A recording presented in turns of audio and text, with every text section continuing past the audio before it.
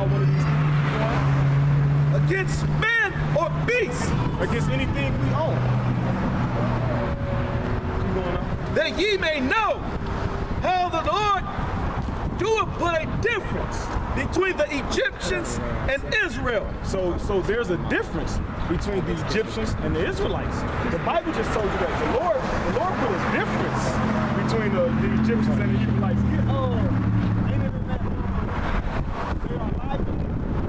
Are you talking about, Exodus. I put in a difference between the Egyptian woman and the there's a Okay, y'all like the what's that Muslim that died? Not Farrakhan, the other one. They okay. So Ben Amin? No, y'all know what I'm trying to say. Malcolm X? I think that was, I don't know. He was a Muslim. He had went to prison and everything. He had got out the mail cheap. But when he found out whatever his boss was teaching him was wrong. Yeah, why did they kill him though? That's what I'm trying to figure out. Why was he, since he was his own people? When he found out the truth about like different people was Muslim. Y'all know what I'm trying to say? When he found out different people. Well, see, the thing you know what? You know why? Because Malcolm X, he was hearing our elder, which is who was it? One of his own people that killed him, that who he taught. I mean, the scriptures say your eye shall be evil against your brother, so we not unified like we're supposed to be as a people.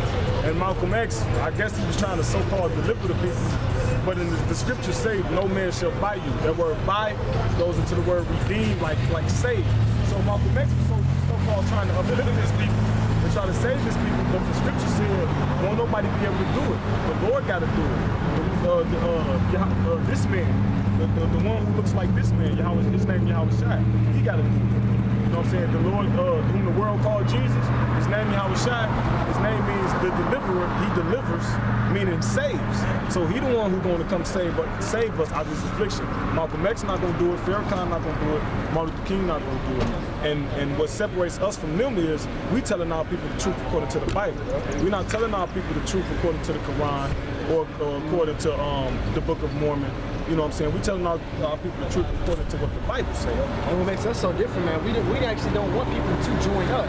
Now, when we give you the truth and we edify you on what you should do and everything, hey man, you can take what we teach you and learn from the elders, and you go set up another camp in somewhere totally different. As long as you're just giving reverence and praise to Yahweh Bashem Yahshua and giving double honors to the elders, apostles of Great Millstone, you don't have to be with us, man. We care less. If you come and join our camp and everything. Now, if you would like to, go ahead, but that's what makes us different between these pastors. They want to get all, congregations like we're trying to grow. Just like that one guy, he said, I seen y'all grow, and it must be, it's because trying to give us a building. Right, it's just because Yahweh Bashem Yahshua had us grow, man. Like somebody damn building. Like we always like this brother saying, we're not advertising membership. Number one, because the Lord, what Paul, he say, Paul planted, Apollos watered, but the Lord giveth to increase. Yeah. So the Lord is going to put it in the minds of the elect to turn away from what they doing and follow his ways. Yep. So really, it's not up to us. It's not a membership thing, come on, come join us. Look, we're gonna take your name down, your social security, and you're gonna give us 10% of your income. That's not what this is about. You know what I'm saying? The scriptures say, buy the truth and sell it not. You know what I'm saying? So we're not selling the truth.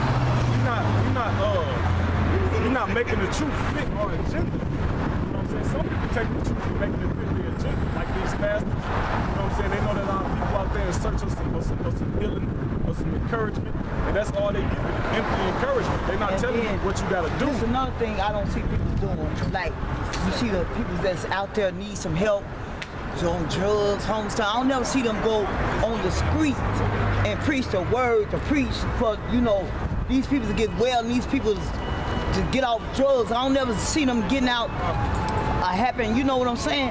Then God say, once you get saved, what did he say? I read in he said, once you get saved, you gotta, some stuff I was in I think it was Muslim. Like in the rehab, they say, once you get it, go give it away. Go save somebody else if you can. Yeah, freely have you ain't that in the Bible? Like when you get saved, everybody supposed to go and spread God's word. Look what he did for me. Let me tell you about the Lord, right? Well, first of all, why is these people ain't on this one? To nip what you just said in the bud, there's no such thing. Well, there is a Savior. If you look up the word, that's what the Lord's name. It's not all about me, That's what the Lord's name means. It said He delivers.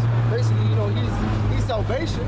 But first, you gotta understand that we're not saved yet, man. Somebody can easy one of us, Yahweh forbid, man. Easy any of us, man, we could fall out and be in the world again, man. Mm-hmm. So basically all the work that we put doing is gonna be forgotten. You're just another guy. You're just another. Still, if you know what you know, if before you fall, you still can let somebody else pick up and leave off where you left off at. You know what I'm saying? Yeah, basically what I'm trying to say is we're not saved. We're still in the same predicament that we're in. She's right, though. That's how the Lord be happening. Because that have happened. That happens, yeah. Because somebody listening, trust me, when you think people don't be listening, they'll bring it up. Oh, remember you was at, you'll be careful when you be watching or listening to you. Most definitely. This is back up what you're saying. This is Matthew's verse 10 and 6. He says, but go rather to the lost sheep of the house of Israel. And as ye go, preach, the kingdom of heaven is at hand.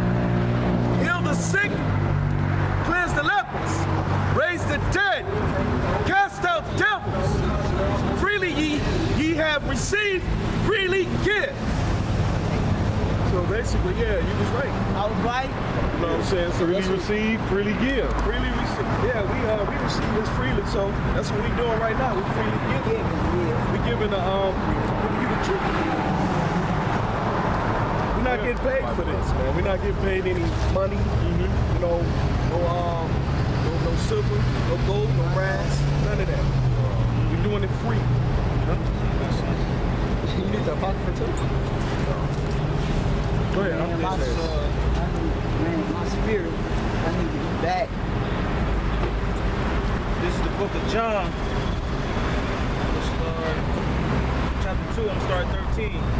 And the Jews' Passover was at hand. And Yahushua went up to Jerusalem and found in the temple those that sold oxen, sheep, doves, and changers of money sitting. And when he had made a scourge of small cords, he drove them all out of the temple, and the sheep, and the oxen, and the cord, and poured out the changers' money, and overthrew the tables, and said unto them that sold doves, these things hence, make not my Father's house a house of merchandise. Yeah, basically, man, you up here, man, we're not asking you for no type of fiat or anything like that, any type of reward or anything like, okay, since we told you this words and we revealed some knowledge that you didn't know about, give me your shoes or give me the pants because I like them, or give us some money or some type of exchange. We're like, no, man, here, take the word, resonate in it, go research it for yourself, I got some. 1 Corinthians 9:16. But though I preach the gospel, I have nothing to glory of. Yeah, because this is not us actually doing this, man. The Lord is actually using us. If you look at, exactly, right. If you read the book of Jeremiah, he said you are ordained to become things, we were ordained to become prophets for the Lord. We didn't just wake up one day like, you know what? I'm going to preach that we're Israelites and the Lord's coming back to save our people. No, I didn't know at a certain age I was going to be in this thing, man. So the Lord had you ordained to do these things for his sake, all right? If you read in the book of Corinthians, the Lord says you're not in the position that you want to be, but in the position that he puts you in, all right? I'm going to get that. Go ahead, bro. For necessity is laid upon me. Yea, war is unto me if I preach not the gospel. For if I do this thing willingly, I have reward.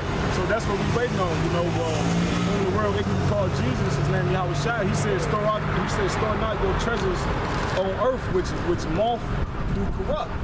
Because or thief can break like in money and take in the it. bank. Yeah, exactly. Like money in the bank, diamonds, anything of this world that's he telling you to value. spend it. He telling you don't put your focus on it. Basically, you can have money, but don't don't, right, like you said, don't just focus on straight money.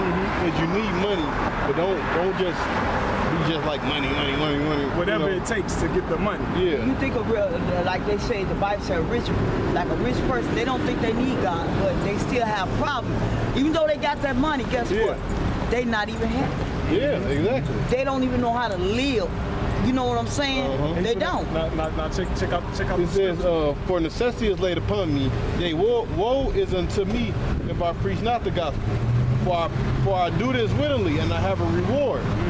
But against my will, a dispensation of gospel is committed unto me.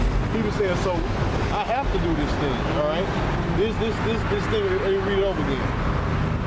But if against my will, a dispensation of gospel is what committed unto him, which means what he has to do it. For what is my reward then? Verily, that when I preach the gospel, I may not charge, I may make the gospel of Christ without charge. Right? So which means what he wasn't charging people to teach the word. That I abuse not my power in the gospel. Because when you get raised up in this thing, you have a certain level of knowledge. You know what I'm saying? And some people can use that knowledge to control others, to control them financially. You know, to lord information over them, like use they what they know against other people. You know, I got a scripture real quick. This is Ezekiel chapter 34, verse 1. It says, and the word of Yahweh, that's the Father name.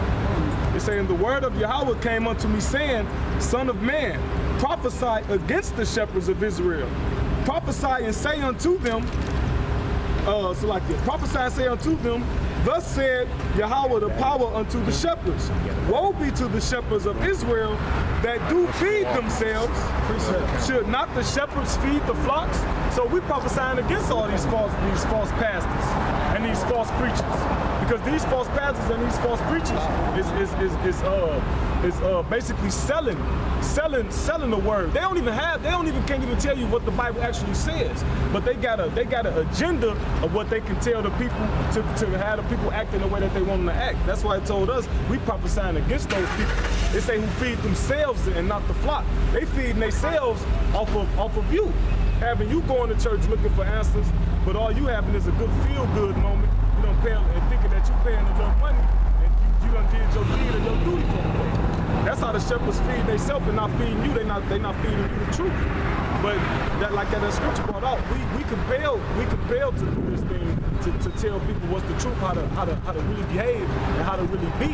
We must. That's why a poor person can get in heaven before a rich person can. A camel or somebody need or an eye. I don't understand what that meant, but I guess that ain't just for like a poor person. Yeah, it's basically just talking about like a needle or eye to get through the big poor rich person. Trying to bring all your material things, my turn. That's what this is Matthew 7:15. Beware of false prophets, which come to you in sheep clothing, but inwardly they are raven wolves.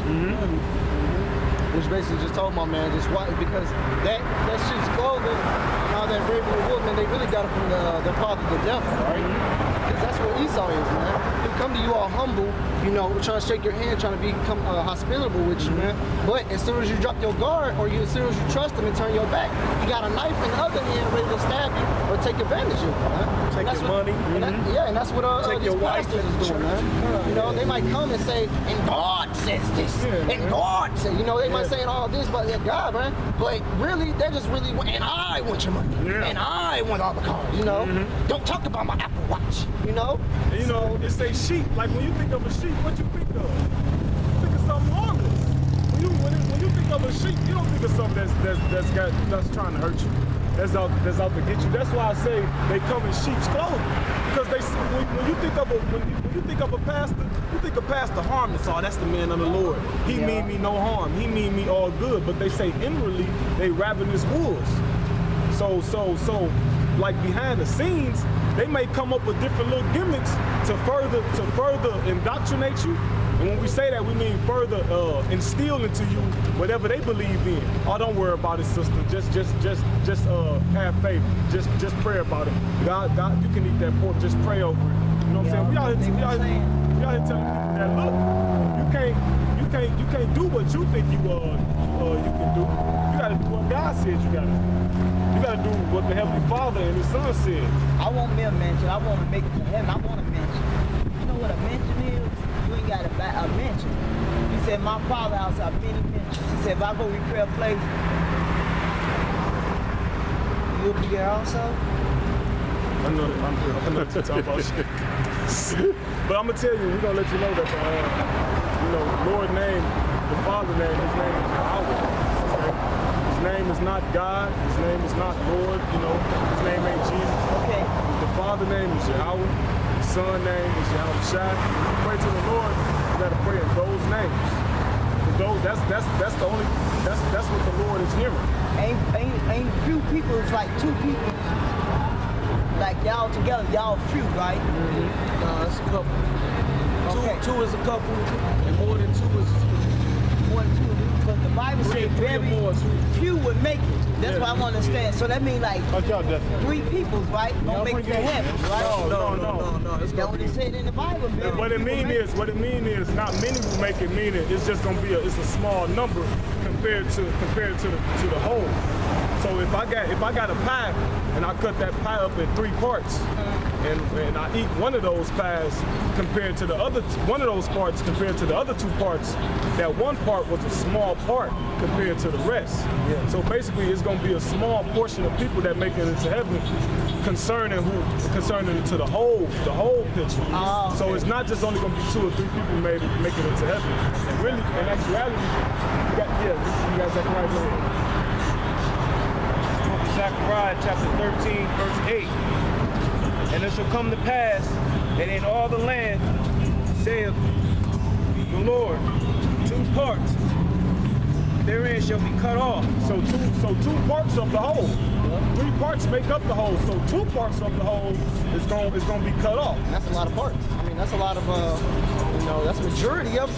That's the majority. That's more than 66.6%. That's more than half.